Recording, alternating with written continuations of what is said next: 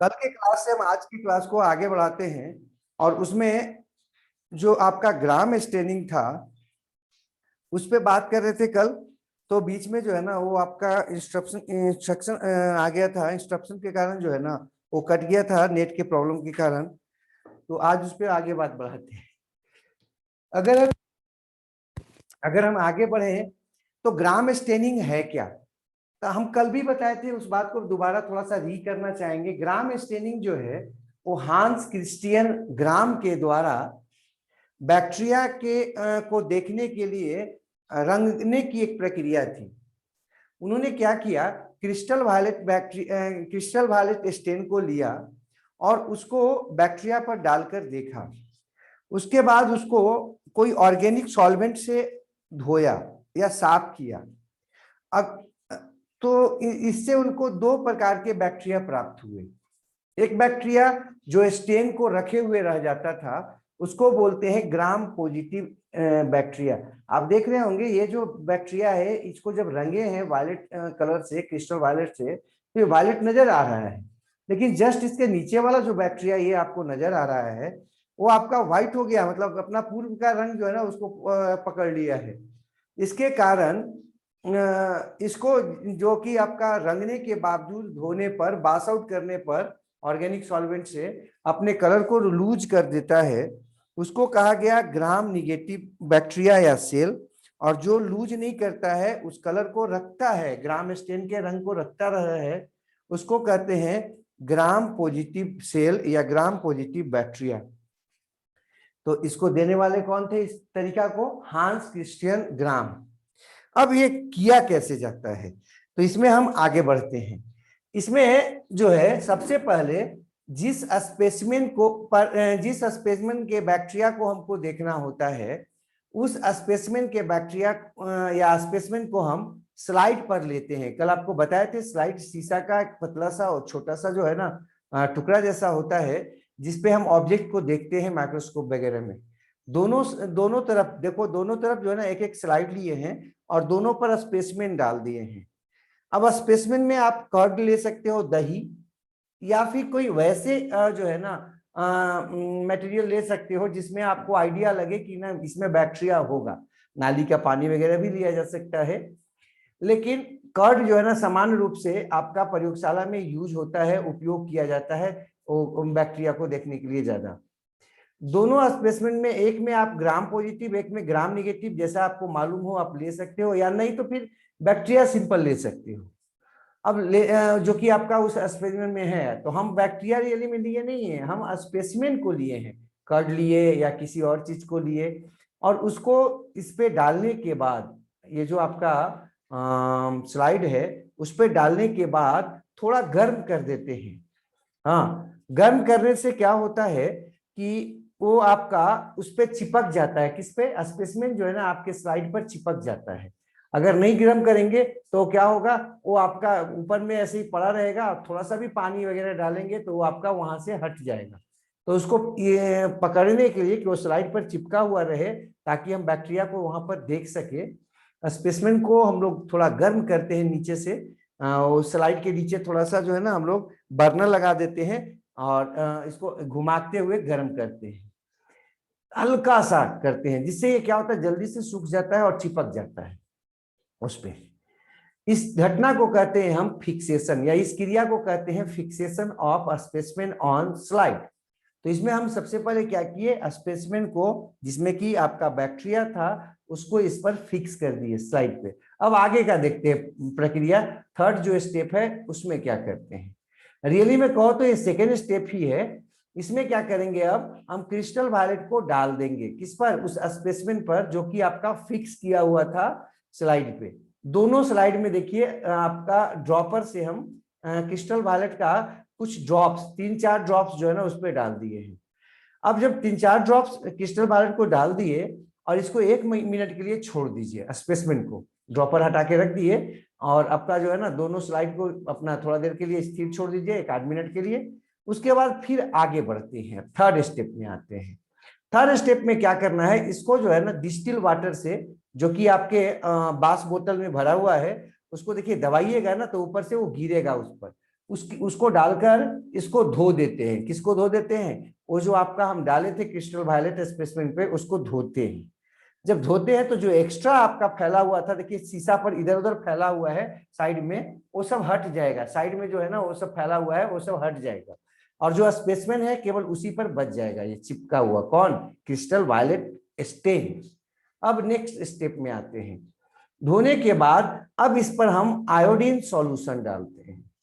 Iodine solution को करीब 1 minute के लिए फिर रहने देते हैं। आयोडीन सॉल्यूशन जैसा कि आप जानते हो, वो भी आपका जो है ना लेबोरेटरी में ही मिल जाएगा। वो अंततः जो है इस पर चिपक जाएगा, और चिपकने, हाँ थोड़ा सा क्लास भी आ गया था, वो फोन आ गया था तो ऑफिस से। तो खैर हम यहाँ पर आ रहे हैं। क्या बात, क्या क्या बोले? हाँ, आयोडीन जो है सॉल्यूशन को हम डाल दिए और 1 मिनट के लिए उस पर छोड़ देंगे। किस पे? वो जो स्पेसिमेन था उस पे डाल के उसको छोड़ देंगे 1 मिनट के लिए। अब आगे बात करते हैं। 1 मिनट के बाद हम क्या करेंगे, उसको एसीटोन से धो देते हैं।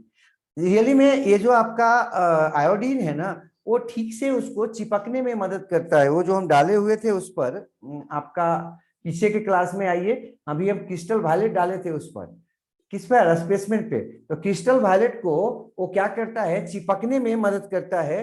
किस पर? आपके बैक्टीरिया के सेल वाल पर। इसीलिए जो है ना यहाँ पर हम आयोडीन डालते हैं।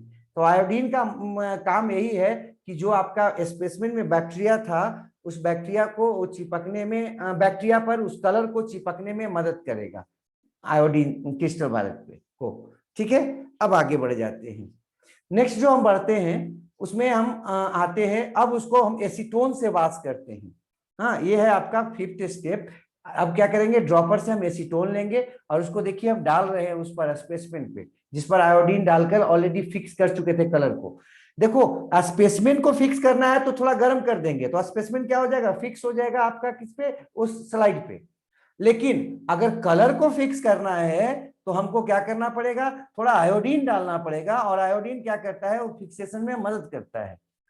अब हम आगे बढ़ जाते हैं, उसको एसीटोन से धो दिए। एसीटोन के बारे में आप लोग जानते होंगे, ऑर्गेनिक सॉल्वेंट है, और ये क्या करता है, फैट वगैरह को हटा देता है, फैटी ग्रीस वगैरह को हटाता है। और तो और उसको जो भी आपके वैसे पदार्थ हैं जो अब वाटर से नहीं हटने वाले हैं, उनको रिमूव करता है। तो देखिए क्या होता है। अब आगे बढ़ जाते हैं हम क्या देखते हैं कि जैसे ही एसीटोन से धोते हैं या इथाइल अल्कोहल से धोते हैं, तो जो ग्राम निगेटिव बैक्टीरिया था उसको देखिए वो कलरलेस हो गया, मतलब कलर को छोड़ दिया। किसका कलर को? क्रिस्टल वायलेट का। लेकिन जो ग्राम पॉजिटिव बैक्टीरिया था वो क्या करता है, कलर को पकड़ के रख लेता है, अर्थात वो आपका ब्लू रंग का नजर आएगा। तो ग्राम पॉजिटिव जो बैक्टीरिया जिस स्पेसिमेन में था, वो स्पेसिमेन जो है उसका कलर आपका अभी भी जो है ना आपका वायलेट रंग का नजर आएगा। लेकिन जिसमें ग्राम निगेटिव बैक्टीरिया होता है वो स्पेसिमेन जो है एसीटोन से या किसी ऑर्गेनिक सॉल्वेंट से धोने पर अपने कलर को छोड़ देता है। तो ये हो गया ग्राम स्टेनिंग का बात। अब आगे थोड़ा सा देख लेते हैं। अब अगर हम चाहेंगे कि फिर से इसको रंग के देखा जाए, क्योंकि अगर हम दोबारा नहीं रंगेंगे तो बैक्टीरिया को देखना संभव नहीं है। तो आप बोलेंगे सर एक वो तो रंग उस पर चला हुआ है ब्लू। जी चढ़ा हुआ है, लेकिन देख ऐसा करते हैं हम, सैफरानीन कलर आता है, सैफरानीन कलर को लेते हैं। सैफरानीन कलर को दोनों बैक्टीरिया पे डाल देंगे, ग्राम पॉजिटिव पर भी और ग्राम निगेटिव पर भी। ग्राम पॉजिटिव पर ऑलरेडी कलर था, लेकिन देखते हैं क्या होगा। और ग्राम निगेटिव जो कि कलरलेस हो चुका था ऑर्गेनिक सॉल्वेंट से धोने के बाद, तो उसमें जो है ना कलर का क्या असर होता है उसको देखते हैं हम। सैफरानीन को करीब करीब हम 45 सेकंड तक, मतलब कि 1 मिनट तक इसको भी छोड़ सकते हैं। तो 45 सेकंड के बाद अब इसको हम फिर से क्या करेंगे, फिर से धोएंगे। और धोने के लिए फिर से डिस्टिल वाटर लेंगे, ठीक है। डिस्टिल वाटर से फिर इसको धोएंगे। तो 7 में क्या हुआ कि सैफरानीन जो डाले थे हम उसको फिर से धो के हटा देंगे। तो धोने से क्या फायदा होगा कि जो एक्स्ट्रा फैला हुआ है जहां तहां, वो आपके स्पेसिमेन के अलावे, मतलब जिसको देखना है उसके अलावे जगह पर जो ये फैला हुआ है शीशा पर, वहां से हट जाएगा। अब देखिए वाश आउट कर दिए। वाश आउट करने के बाद क्या स्थिति आने वाला है, देखिए अब ग्राम पॉजिटिव जो सेल था जो आपका उसमें था किस पे, उस स्लाइड पे, और ग्राम निगेटिव था वो भी स्लाइड पर था। दोनों को अलग अलग माइक्रोस्कोप में लगाकर हम देख सकते हैं। जो ग्राम पॉजिटिव सेल है उस पे जो है ना मुख्य रूप से आपको बीच में जो कुछ कीड़ा जैसा नजर आ रहा है, स्पेसिमेन जो है ना वो उसमें जो कीड़ा जैसा नजर आ रहा है उसका कलर देखिए कैसा है, वायलेट कलर है। लेकिन ग्राम निगेटिव में आ जाइए, वो जो स्पेसिमेन है उसमें जो कीड़ा जैसा नजर आ रहा है उसका कलर देखिए आपको रेड जैसा नजर आ रहा है। अर्थात जो ग्राम निगेटिव होता है बैक्टीरिया वो क्रिस्टल वायलेट कलर को नहीं रखता है बल्कि उसको छोड़ देता है, जबकि ग्राम पॉजिटिव जो बैक्टीरिया होता है वो क्रिस्टल वायलेट कलर को पकड़े हुए रह जाता है, उसको नहीं छोड़ता है। तो ग्राम पॉजिटिव जो किस बैक्टीरिया को बोलेंगे, उस बैक्टीरिया को ग्राम पॉजिटिव बैक्टीरिया बोलेंगे जो कलरिंग करने के बाद क्रिस्टल वायलेट से क्रिस्टल वायलेट कलर को रखता है, उसको नहीं छोड़ता। लेकिन जो एसीटोन वगैरह से धोने पर क्रिस्टल वायलेट कलर को छोड़ दे वैसे बैक्टीरिया को हम ग्राम निगेटिव बैक्टीरिया कहते हैं। तो ये ग्राम पॉजिटिव और ग्राम निगेटिव बैक्टीरिया का बात था, और किस प्रकार से स्टेनिंग करते हैं वो भी देखते हैं। तो ये आपको हम खत्म हो गया ग्राम स्टेनिंग कैसे किया जाता है, और ग्राम स्टेनिंग में क्या क्या रिकॉर्ड आता है, क्या रिजल्ट आता है। ग्राम निगेटिव जो होगा उसको हम लोग को सेफ्रानीन से रंग के देखना पड़ेगा, अगर नहीं रंगेंगे सेफ्रानीन से तो नजर नहीं आएगा। जबकि ग्राम पॉजिटिव जो है वो आपका ग्राम स्टेन के कलर को पकड़ के रख लेता है, और वो आपका कैसा नजर आता है, वायलेट कलर का ही नजर आता है। तो ये आपको बताए ग्राम स्टेनिंग। इशारा करें तो आइए, ग्राम पॉजिटिव और ग्राम निगेटिव दोनों में अंतर साफ आपको नजर आ जाना चाहिए। फिगर में अगर फिगर से दिखाना हो तो साफ नजर क्या आ रहा होगा, इसमें भी सेल वाल है, इसमें भी सेल वाल है। इसका सेल वाल ग्राम पॉजिटिव का जो सेल वाल होता है ठीक होता है, कंपैरेटिवली मोटा होता है किसके तुलना में, तो ग्राम निगेटिव जो आपके सेल होते हैं उसके तुलना में। पहला बात। दूसरा बात, ये जो आपका सेल वाल है उसके बाहर में एक और मेम्ब्रेन पाया जाता है जो लिपोपॉलीसेकेराइड्स का बना होता है, किसमें, ग्राम निगेटिव में। लेकिन ग्राम पॉजिटिव में वो लिपोपॉलीसेकेराइड्स का बना हुआ मेम्ब्रेन नहीं पाया जाता है। उसके बाद अंदर में जो है ना प्लाज्मा मेम्ब्रेन दोनों में सेम होता है, उसमें ज्यादा कोई खास अंतर नहीं होता है। अब दोनों में हम जो है ना थोड़ा सा अंतर लिख देते हैं, जो अंतर अभी हमको मिला। हाँ, तो सबसे पहला अंतर हो जाएगा कलर में। कलर में तो बैक्टीरिया अलग से हम पढ़ेंगे, लेकिन कुछ बैक्टीरिया जो है ना उसका रूप दिखना चाहेंगे, दिखाना चाहेंगे, क्योंकि आपका कॉपी किताब में जो है ना कुछ शब्द बार बार आएगा। एक है कॉकस बैक्टीरिया आता है, या फिर जो है ना स्पाइरुलम बैक्टीरिया का आता है, या बैसिलस बैक्टीरिया आता है। क्या है, थोड़ा सा उसको हम स्लाइड से दिखा देते हैं। सबसे पहले यहाँ पर ये जो आपका रखा हुआ है सामने स्ट्रक्चर स्लाइड में, वो आप देख रहे हो कुछ हद तक देखने में लड्डू जैसा नजर आ रहा है, अंडा जैसा, लड्डू जैसा नजर आ रहा है। ये है बैक्टीरिया का एक टाइप है जिसको हम बड़ा करके दिखा रहे हैं। ऐसा बैक्टीरिया जो गोलाकार हो उसको कहते हैं कॉकी। ढेर सारा अगर होगा तो उसको क्या कहेंगे, कॉकी कहेंगे, या स्फेरिकल, गोलाकार अगर होगा तो उसका नाम क्या है, कॉकी। और अगर एक होगा तो कॉकस, तो शब्द आएगा कॉकस और कॉकी। यहाँ पर ढेर सारा बैक्टीरिया रखा हुआ है, देख रहे होंगे आप, तो इनको क्या कह रहे हैं, कॉकी कह रहे हैं। लेकिन अगर एक को उसमें से कोई एक का पार्टिकुलर का बात करेंगे तो हम उसको क्या बोलेंगे, कॉकस बोलेंगे। तो स्फेरिकल बैक्टीरिया को कॉकी बोलते हैं। तो मान लीजिए आपका आ जाएगा ई कोलाई जो है ना वो आपका बैसिलस है, या कॉकी है, कॉकस है, तो आपके दिमाग में आ जाना चाहिए।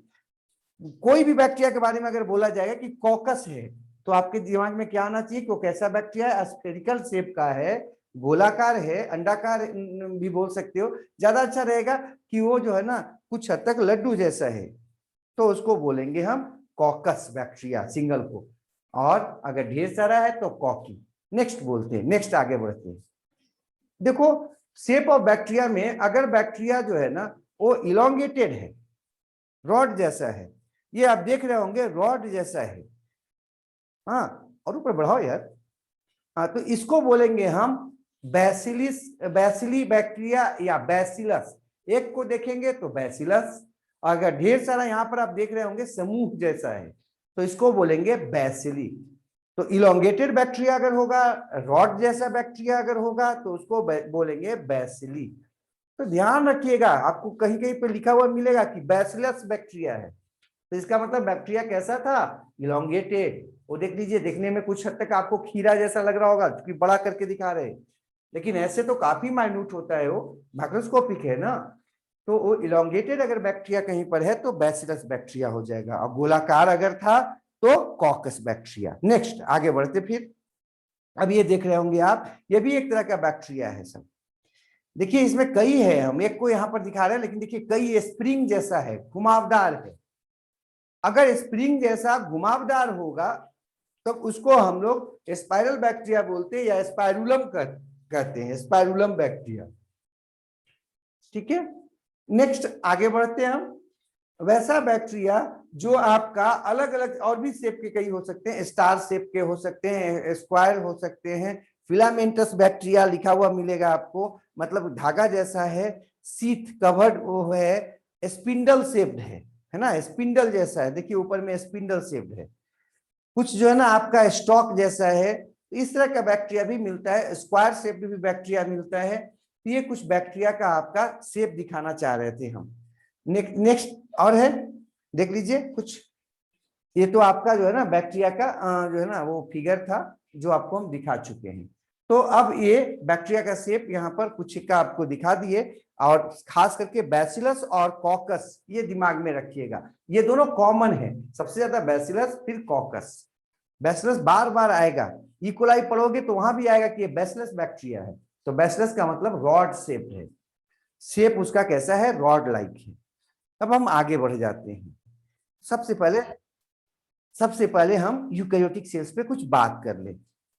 देखो जितने प्रोटिस्टन्स हैं, प्रोटिस्टा मतलब यूनिसेलुलर आपके ऑर्गेनिज्म, जितने यूनिसेलुलर ऑर्गेनिज्म हैं, किसको छोड़कर, प्रोकैरियोट्स को छोड़कर, वो सब के सब आपका प्रोटिस्टा में आता है, और वो प्रोटिस्टा आपका यूकैरियोटिक सेल का उदाहरण है। जैसे अमीबा, वो यूकैरियोटिक सेल है, प्रोटिस्टा का है। यूग्लिना यूनिसेलुलर है, चाहे प्लांट हो चाहे एनिमल, जो भी यूनिसेलुलर है वो सब के सब यूकैरियोटिक सेल है। दूसरा, जो भी फंजाई होगा वो क्या होगा, यूकैरियोटिक सेल होगा, यूकैरियोटिक ऑर्गेनिज्म होगा। बैक्टीरिया क्या था, प्रोकैरियोटिक, लेकिन फंजाई क्या है, यूकैरियोटिक सेल है। जो भी प्लांट सेल होगा सब के सब eukaryotic cell, multicellular plant हो, यूनिसेलुलर प्लांट हो, यूनिसेलुलर को तो हम लोग प्रोटिस्टा में भी रख देते हैं। तो जो भी यूनिसेलुलर मल्टी सेलुलर सेल्स, एक सिंगल सेल हो, वो सब के सब कैसे हैं, यूकैरियोटिक सेल। जो भी एनिमल होगा या एनिमल सेल्स होंगे वो कैसे हैं, यूकैरियोटिक हैं। तो इसमें सबसे पहले हम एग्जाम्पल ही लिख लेते हैं, लेकिन थोड़ा सा और समझ लेते हैं तो एग्जाम्पल लिखेंगे हम। इसमें और कुछ बात लिख लो, समझ लो। आपसे सबसे पहले पूछता है कि यूकैरियोटिक सेल का सबसे प्रमुख लक्षण क्या है। तो जो सबसे प्रमुख लक्षण है जो आपको जानना है कि इसका जो न्यूक्लियस होता है वेल ऑर्गेनाइज्ड होता है, और न्यूक्लियर मेम्ब्रेन से घिरा होता है, सराउंडेड थ्रू न्यूक्लियर मेम्ब्रेन। और तो और उसमें आपका न्यूक्लियोलस होता है, क्रोमोसोम जो होता है अरेंज फॉर्म में होता है, न्यूक्लियोप्लाज्म होता है, मतलब वेल डेवलप्ड ट्रू न्यूक्लियस पाया जाता है किसमें, यूकैरियोटिक सेल्स में। जो भी यूकैरियोटिक सेल्स होंगे उनका जो आपका न्यूक्लियस होगा वो आपका क्या होगा, वेल ऑर्गेनाइज्ड होगा, न्यूक्लियर मेम्ब्रेन होगा, न्यूक्लियोप्लाज्म होगा, न्यूक्लियोलस होगा उसमें।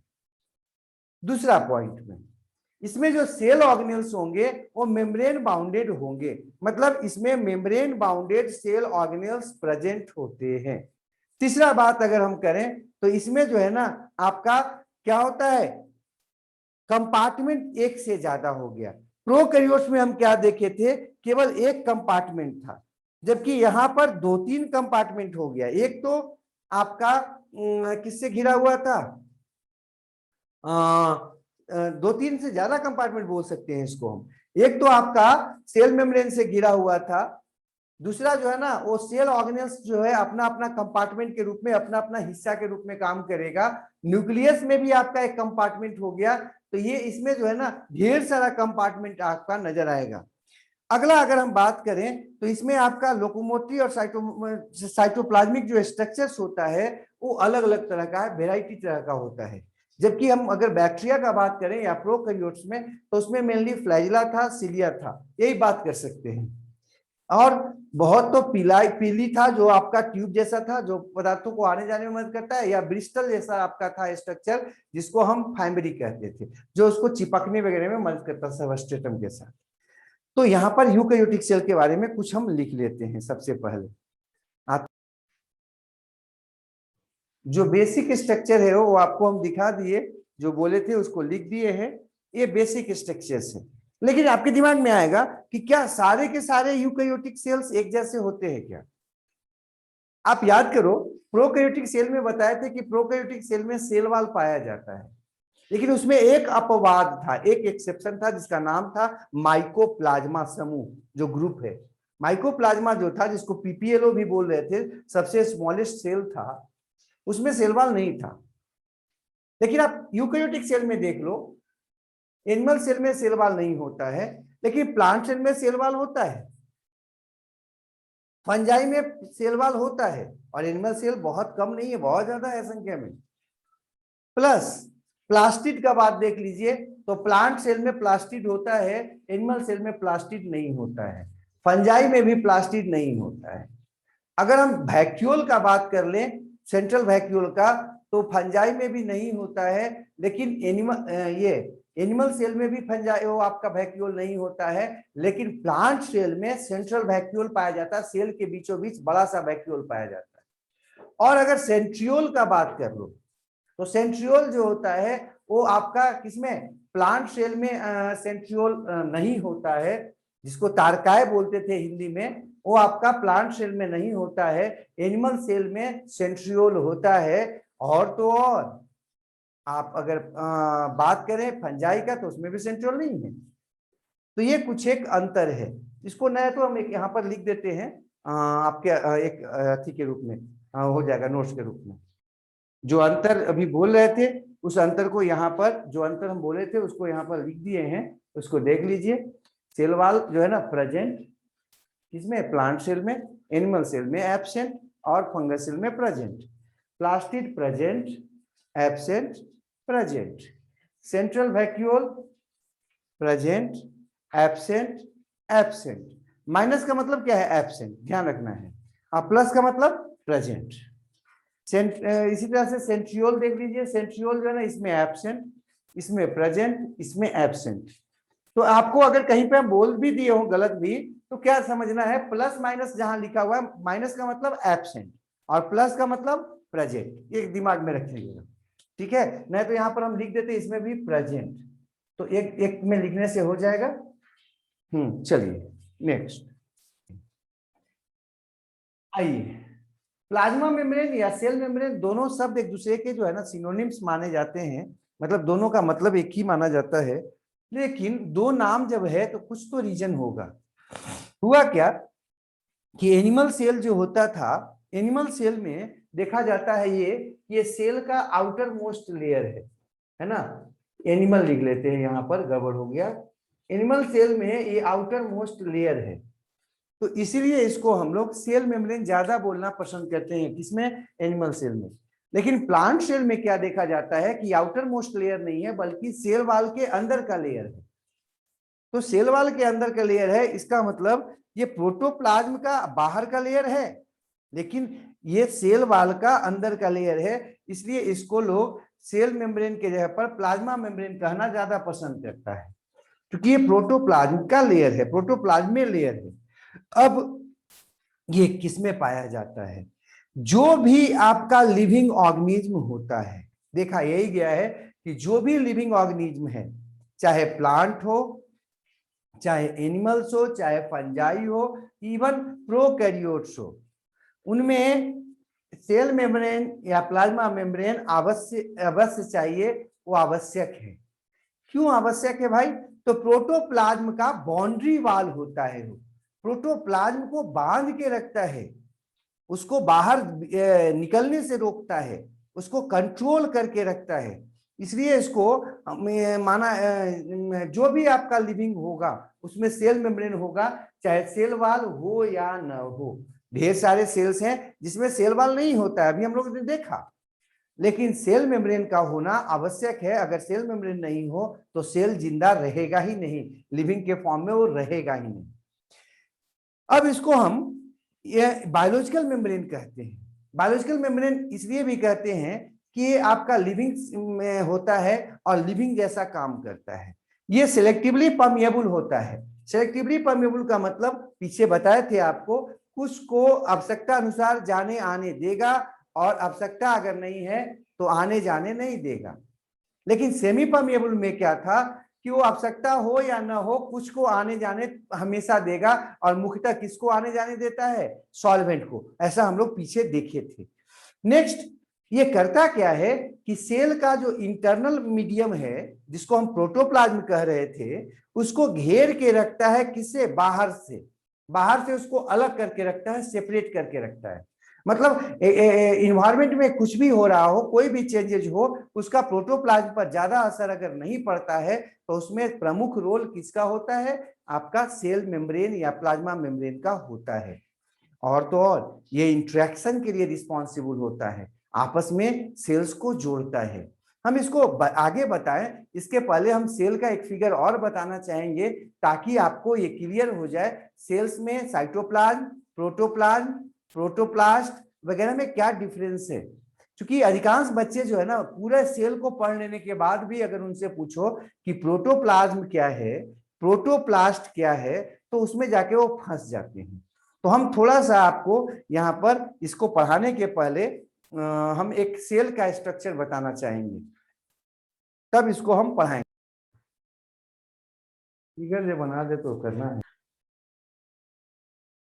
अभी जो फिगर बनाए थे संजोग से वो जो है हम आपको दिखाए, एकदम दिमाग में एकदम बैठ जाना चाहिए प्रोटोप्लास्ट क्या है। तो ध्यान रखिएगा, प्रोटोप्लास्ट का जो है ना आउटर बाउंड्री कौन है, सेल वॉल है।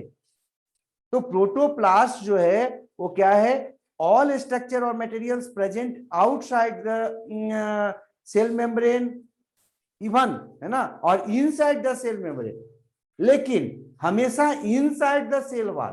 तो ऑल स्ट्रक्चर और material present inside the cell wall called protoplast, ध्यान रखना है। और प्रोटोप्लास्ट शब्द सामान्यतः हम इसका उपयोग भी करेंगे तो दो तीन में ही कर सकते हैं, या तो हम प्लांट सेल में कर सकते हैं, प्लांट में कर सकते हो, या फंजाई में कर सकते हो। यहाँ पर कभी भी आप इसमें मत कर देना एनिमल में, क्योंकि एनिमल में तो होता ही नहीं है वो, क्या नहीं होता है, सेल वॉल। और प्रोटोप्लाज्म शब्द का जो है ना उपयोग सब में कर सकते हो, प्लांट में भी कर सकते हो, फंजाई में भी कर सकते हो, और एनिमल में भी कर सकते हो, क्योंकि ये सेल मेम्ब्रेन का अंदर का रचना है। तो प्रोटोप्लाज्म जो है वो सब में है, चाहे आपका प्लांट सेल हो, चाहे एनिमल सेल हो, चाहे फंजाई सेल हो, किसी में भी अगर हम बात करेंगे तो प्रोटोप्लाज्म सब में होगा, ध्यान रखिएगा, ठीक है। अब हम बात करते हैं साइटोप्लाज्म का। तो क्या बता रहे हैं कि प्रोटोप्लाज्म के बारे में एक चीज और दिमाग में रखना है कि ये जो है ना साइट ऑफ लाइफ है। हाँ, ये आपका इसके एक्टिविटी का ये फिजिकल बेसिस ऑफ लाइफ है, फिजिकल बेसिस ऑफ लाइफ। अगर हम जिंदा अभी हैं, हम लोग बात कर रहे हैं, तो किसके कारण कर रहे हैं, प्रोटोप्लाज्म के कारण कर रहे हैं। अगर प्रोटोप्लाज्म नहीं रहता, काम नहीं करता, तो हम में से कोई भी लोग जिंदा नहीं रहते। तो प्रोटोप्लाज्म लाइफ का भौतिक आधार है, इसी पर लाइफ होता है, इसी के कारण लाइफ होता है सेल में, और सेल में है तो बॉडी में है।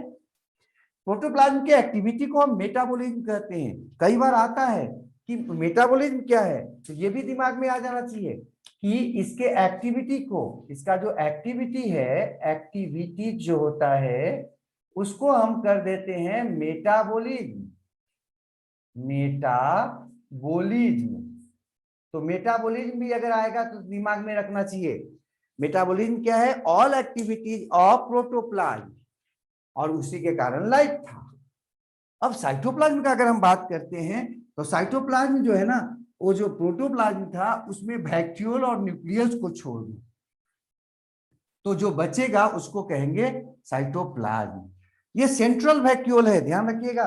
ये जो वैक्यूल है ना, कैसा है? सेंट्रल है, बीच में है, और ये प्लांट में पाया जाता है, एनिमल में नहीं होता है। न्यूक्लियस देखिए बीच में नहीं है, न्यूक्लियस अलग हट गया है क्योंकि वैक्यूल काफी बड़ा है। साइटोप्लाज्म में से सेल ऑर्गेनेल्स को हटा दिए तो जो लिक्विड बचा वो हो गया साइटोसोल। और साइटोसोल का इंपॉर्टेंस क्या है कि साइटोप्लाज्म में जो एक्टिविटी होता है या प्रोटोप्लाज्म में जो एक्टिविटी होता है उसके लिए जो एंजाइम्स चाहिए वो आपका साइटोसोल देता है। तो साइटोसोल जो है ना, वो आपका एंजाइमेटिक आपका साइट है, एंजाइम मेनली उसी में रहेगा, और वो एंजाइम क्या करता है? सेलुलर एक्टिविटी में मदद करता है। साइटोप्लाज्म में सेल ऑर्गेनेल्स भी है और साइटोसोल भी है, दोनों सेल ऑर्गेनेल्स और साइटोसोल, मतलब पूरे सेल के अंदर प्रोटोप्लाज्म में वैक्यूल और न्यूक्लियस को छोड़कर बाकी सारी की सारी रचनाओं को, संरचनाओं को या कंपोनेंट्स को हम टुगेदर क्या कहते हैं? साइटोप्लाज्म कहते हैं। कोई दिक्कत अगर होगा तो आप पूछ सकते हैं। अब हम आगे बढ़ जाते हैं। जो है उसको भी दिमाग में रख लेना है। सेल वॉल सबसे आउटर होगा, लेकिन किसमें? प्लांट में और फंजाई में, और सेल वॉल जिसमें होगा उसी में प्रोटोप्लास्ट होगा।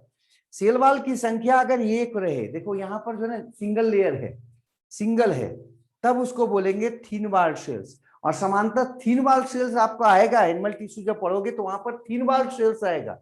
थिन वॉल्ड का मतलब आपको हो जाना चाहिए लिविंग है, और अगर 2 या 3 लेयर है सेल वॉल का तो उसको थिक वॉल्ड सेल कहते हैं, और ऐसे सेल डेड होते हैं। थिक वॉल्ड जो सेल होते हैं वो डेड होते हैं, थिन वॉल्ड सेल लिविंग होते हैं। सिंगल सेल वॉल अगर होगा तो लिविंग होगा। अब यहाँ पर जो है ये बात हमको एनिमल टिश्यू वगैरह में भी काम दे देगा। तो अब हम इसको शुरू करते हैं। ये जो प्लाज्मा सेल मेम्ब्रेन या प्लाज्मा मेम्ब्रेन या सेल मेम्ब्रेन के बारे में जो हम बात बोले थे उसी को केवल लिख दिए हैं कि सारे के सारे जो भी लिविंग ऑर्गेनिज्म है बिना प्लाज्मा मेम्ब्रेन या सेल मेम्ब्रेन का नहीं रह सकता है, क्योंकि ये जो है ना सबका जो है ना इसेंशियल कंपोनेंट है सबके सेल का। क्यों है भैया? तो पहला तो ये है इसका कैरेक्टर कि इसेंशियल के अलावे कि ये सेलेक्टिवली परमिएबल होता है, बायोलॉजिकल मेम्ब्रेन है, मतलब कि ये लिविंग के द्वारा बनाया गया है, ना कि इसको हम लोग बनाए, आर्टिफिशियल नहीं है, बल्कि लिविंग के द्वारा बनाया गया सेलेक्टिवली परमिएबल मेम्ब्रेन है। और ये आपका उसको दूसरा पॉइंट क्या हो जाएगा कि ये जो आपका साइटोप्लाज्म या प्रोटोप्लाज्म है उसको बाहरी वातावरण से या आउटर वर्ल्ड से क्या करता है? सेपरेट करता है, और तो और सेल्स को आपस में इंटरेक्ट करने में या एसोसिएशन में मदद करता है। अब कई साइंटिस्ट इस पर काम किए, कुछ एक साइंटिस्ट को हम लोग देख लेते हैं। जैसे सबसे पहला जो साइंटिस्ट जो सेल मेम्ब्रेन के बारे में कुछ एक बातों को बताया, उसके स्ट्रक्चर को बताने की कोशिश की, उनका नाम ओवर्टन था। ओवर्टन ने क्या किया? मैं ये बताया कि जो आपका सेल मेम्ब्रेन है वो लिपिड का बना हुआ होता है। तो सबसे पहला साइंटिस्ट का नाम आता है सेल मेम्ब्रेन के स्ट्रक्चर पे काम में, वो आता है ओवर्टन का, जिनका ये कहना था कि सेल मेम्ब्रेन जो होता है वो किसका बना होता है? लिपिड का बना होता है। लेकिन उसके बाद आते हैं गार्टर और ग्रैंडल। गार्टर और ग्रैंडल जो है ना, उन्होंने क्या बताया कि मेम्ब्रेन जो होता है केवल एक लिपिड का नहीं होता है, लिपिड का एक लेयर का नहीं होता है, लेकिन लिपिड के 2 लेयर का बना होता है, बाई लेयर लिपिड का बना होता है। ठीक है, ये बात कौन बताए? ग्रैंडल और गार्टनर या गॉटर ने, गॉटर और ग्रैंडल का ये कहना था। नेक्स्ट बात आते हैं डैनिली और डेप्सन का बात। डैनिली और डेप्सन का क्या कहना था कि मेम्ब्रेन जो है वो ठीक है बना हुआ है लिपिड का, लेकिन वहां पर प्रोटीन भी घुसा रहता है, और लिपिड जो होता है ना वो आपका बीच में होता है, दोनों तरफ प्रोटीन उसको ढक के रखता है। मतलब सैंडविच जैसे हम लोग देखते हैं, सैंडविच समझते होंगे आप लोग कि दोनों तरफ जो है ना अलग मटेरियल है, बीच में कुछ और भरा हुआ है, समांतर सैंडविच को जो है ना वो बनाया जाता है पाव रोटी से, जिसमें दोनों तरफ पाव रोटी का वो एक पीस स्लाइस डाला जाता है और बीच में मसाला डाला जाता है जो आलू वगैरह का बना होता है। ठीक है, तो इसी प्रकार का यहाँ सैंडविच मॉडल दिया गया, किसके लिए? सेल मेम्ब्रेन के स्ट्रक्चर को या प्लाज्मा मेम्ब्रेन के स्ट्रक्चर को बताने के लिए। इनके द्वारा डैनली और डैप्सन साहब के द्वारा।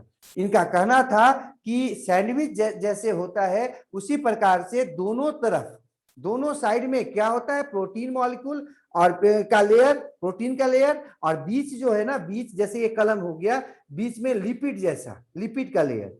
तो ये लिपिड लेयर जो है ना वो प्रोटीन मॉलिक्यूल से ऐसे दबा होता है। इस मॉडल को कहते हैं सैंडविच मॉडल। सबसे पहले हम आपको ओवरटन के बारे में बताए थे, जिन्होंने बताया था कि सिंगल लिपिड लेयर का बना होता है। कौन? Cell membrane. उसके बाद आपको हम बताए थे गॉटर और ग्रेंडल साहब का बात, जिन्होंने बताया कि नहीं, सिंगल लेयर का नहीं बल्कि 2 लेयर लिपिड का बना होता है। कौन? Cell membrane. जबकि ये जो आपका बताया डेनली और डैप्सन साहब के द्वारा, इनका कहना था कि 2 लेयर का नहीं बल्कि आपका वहां पर 2 प्रकार के जो है ना लेयर का बना होता है। आउटर जो 2 लेयर होता है वो प्रोटीन का, और बीच का जो लेयर होता है वो होता है किसका? वो होता है आपके लिपिड का। ये बताए कौन? डैनली और डैप्सन साहब ने। इसको कहते हैं सैंडविच मॉडल। और जो आपका अगला मॉडल था वो रॉबर्टसन साहब का था। रॉबर्टसन साहब का कहना था यूनिट मेम्ब्रेन मॉडल। उनका कहना था कि ये आपका बना होता है लिपिड और प्रोटीन दोनों के मिलकर, यूनिट जैसा, इकाई जैसा काम करता है, ना कि अलग अलग लेयर में ऐसे होता है। मतलब प्रोटीन और जो लिपिड लेयर होते हैं और दोनों के दोनों मॉलिक्यूल्स आपस में मिलकर लेयर का निर्माण करते हैं। अलग से प्रोटीन ऊपर से ढक के उसको नहीं रखता है, बल्कि उसी में मिला होता है और यूनिट जैसा काम करता है, इकाई जैसा काम करता है मिलकर आपस में। इसलिए इनके मॉडल को हम लोग कहते हैं यूनिट मेम्ब्रेन मॉडल। कौन दिया था? रॉबर्टसन साहब ने। लेकिन इन लोगों के द्वारा उसके स्ट्रक्चर को क्लियर कट नहीं किया जा सका। इसको जो है ना अंततः अभी जो फिलहाल में जो सेल मेम्ब्रेन के स्ट्रक्चर को मान्यता प्राप्त है वो है फ्लूइड मोजाइक मॉडल का, जिसको दिया था किन्होंने? सिंगर और निकोलसन ने। वो फ्लूइड मोजाइक मॉडल आपको हम दिखाते हैं और वो बताते हैं। पहले कुछ लिख लेते हैं, उसको लिख दिए हैं। सबका काम है। ओवरटन साहब ने क्या कहा था? यूनिलेयर बताया था। जबकि गॉटर और ग्रेंडल साहब ने क्या कहा? उसको 2 लेयर का बना हुआ, दोनों किसका? लिपिड का। डेनली और डैप्सन साहब ने कहा कि नहीं भैया सैंडविच होता है। सैंडविच का मतलब क्या बता रहे हैं?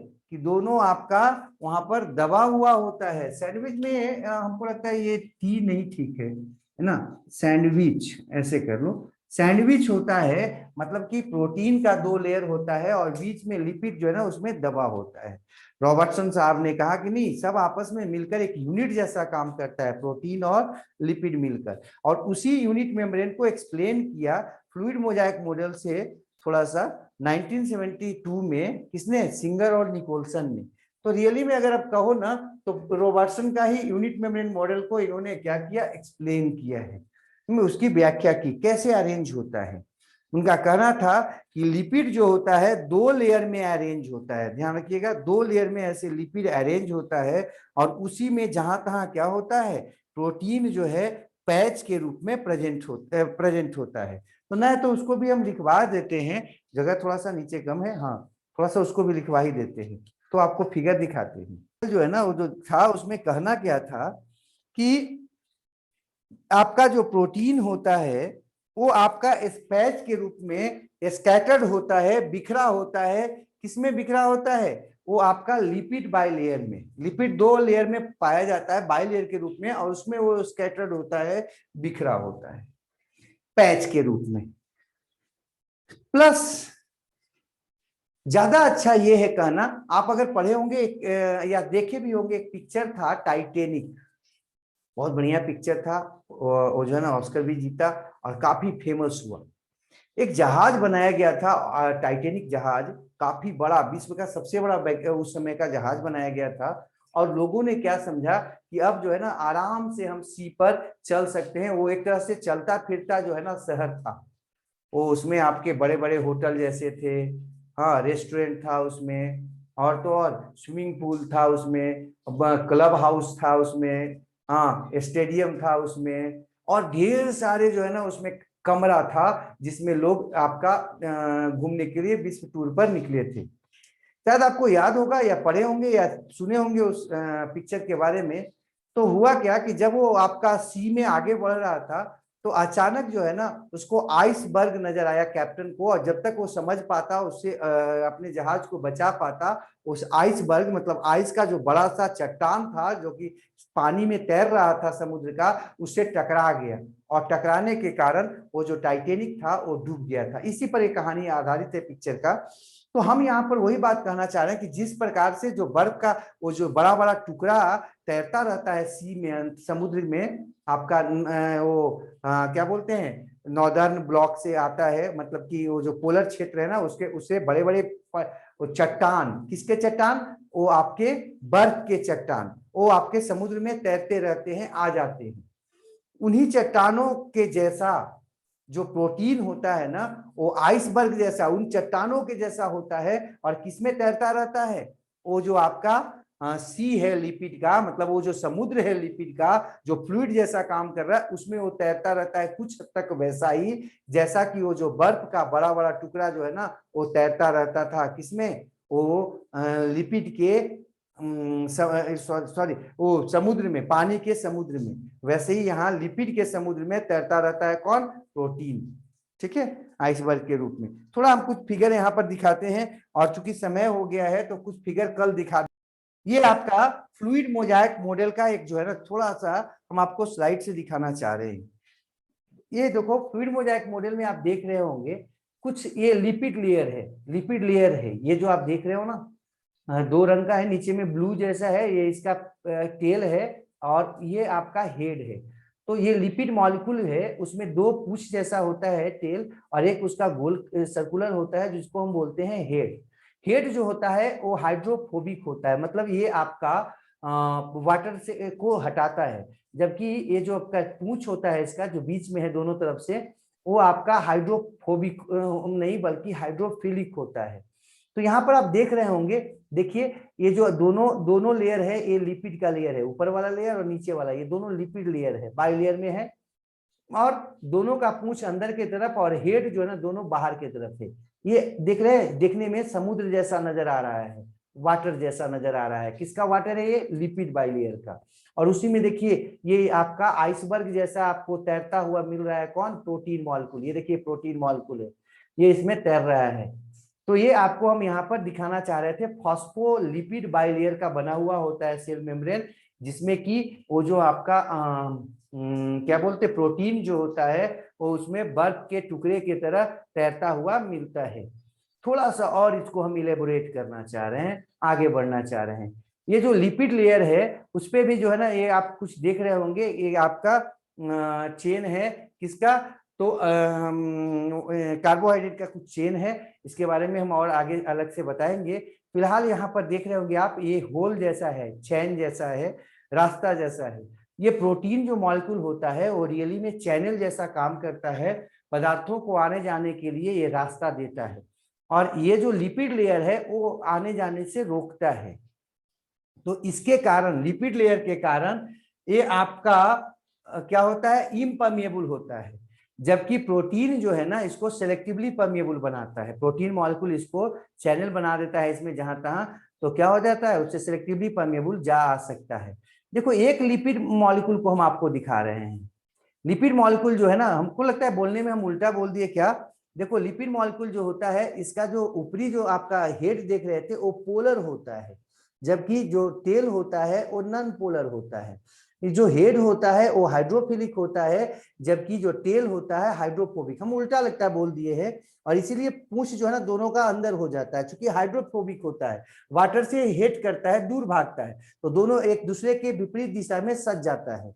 और आपका जो हेड है वो हाइड्रोफिलिक होता है, वाटर को अपने तरफ अट्रैक्ट करता है लेकिन वाटर को पार होने नहीं देता है, क्योंकि बीच में हाइड्रो जो है फोबिक इसका क्या होता है, टेल होता है। ये कॉम्प्लेक्स स्ट्रक्चर है। हाइड्रोफोबिक लेयर जो है ना वो आपका कहां पर है, देखो बीच में, ये जो आपको नीला जैसा दिखाई दे रहा है दो लेयर, ये आपका लिपिड का लेयर है, और ऊपर में जो व्हाइट जैसा नजर आ रहा है ये आपका उसका टेल है, तो ये सॉरी हेड है।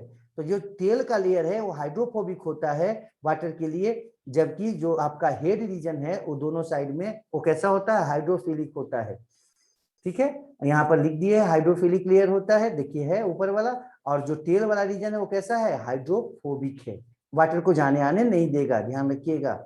और वाटर वगैरह जो है ना वो सामान्यतः इससे चैनल से पार होता है, किसके चैनल से, प्रोटीन के चैनल से। देख रहे कैसे डूबा हुआ है, ये जो है ना ये आपका फैट का समुद्र है, लिपिड का सी है, और उसमें देखिए ये जो आपका रंगीन ब्लू नीला जो आपको नजर आ रहा है ये आपका क्या है, प्रोटीन है जो इसमें एम्बेडेड है आइसबर्ग की तरह। और उसमें कुछ आपका कार्बोहाइड्रेट का जो ना चैन वो आपका चेन नजर आ रहा है, उसको हम अलग से देखेंगे, ऊपर से देख रहे हैं तो, उसको। और इंटीग्रल प्रोटीन बोलेंगे, जो उसमें बीच में जो प्रोटीन धंसा हुआ है उसको बोलेंगे इंटीग्रल प्रोटीन, इंटीग्रल या इंट्रिंसिक प्रोटीन, अंदर का प्रोटीन जो लिपिड बाइलेयर में डूबा हुआ है, अंदर में मौजूद है। लेकिन जो बाहर सतह पर है, अंदर में नहीं है, देखो ये लेयर जो है ना ये लिपिड के बाहरी लेयर पर है, अंदर में नहीं है, दोनों लेयर को आर पार नहीं किया है, तो इसको बोलेंगे एक्सटर्नल प्रोटीन या एक्सट्रिंसिक प्रोटीन। तो एक्सटर्नल प्रोटीन या इंट्रिंसिक प्रोटीन क्या है भाई, तो जो आपका सेल मेम्ब्रेन होता है या प्लाज्मा मेम्ब्रेन, उसमें जो प्रोटीन्स होते हैं वो दो रूप में पाए जाते हैं। कुछ जो होते हैं पूरी तरह से आर पार हो जाते हैं किसको, दोनों लिपिड लेयर को, और ऐसे प्रोटीन मॉलिक्यूल को जो दोनों के दोनों लिपिड मॉलिक्यूल में होते हैं और आर पार रहते हैं, चैनल के रूप में काम करते हैं, इसको कहते हैं इंट्रिंसिक प्रोटीन या इंटरनल प्रोटीन। लेकिन वो आपका, या इंटीग्रल प्रोटीन भी बोल सकते हो, इंटरनल प्रोटीन बोल सकते हो, इंट्रिंसिक प्रोटीन कह सकते हो, इंटीग्रल भी लिखे हैं। लेकिन वो प्रोटीन जो केवल एक ही सतह पर है लिपिड का, चाहे तो बाहरी सतह चाहे अंदर का सतह पर, तो उसको बोलेंगे हम कौन सा प्रोटीन, तो इंटरनल नहीं बल्कि एक्सटर्नल प्रोटीन या एक्सट्रिंसिक प्रोटीन, बाहरी प्रोटीन मॉलिक्यूल बोलेंगे। ठीक है, तो इसको हम यहाँ पर जो है ना आपको दिखाया है, और इसको अगला दिन जो है ना पूरा कंप्लीट कर लेंगे। तो यहाँ पर अब आपको छोड़ देते हैं, नेक्स्ट डे देख लेते हैं इसको पूरी तरह से फ्लूइड मोजाइक मॉडल को कंप्लीट रूप में समाप्त कर।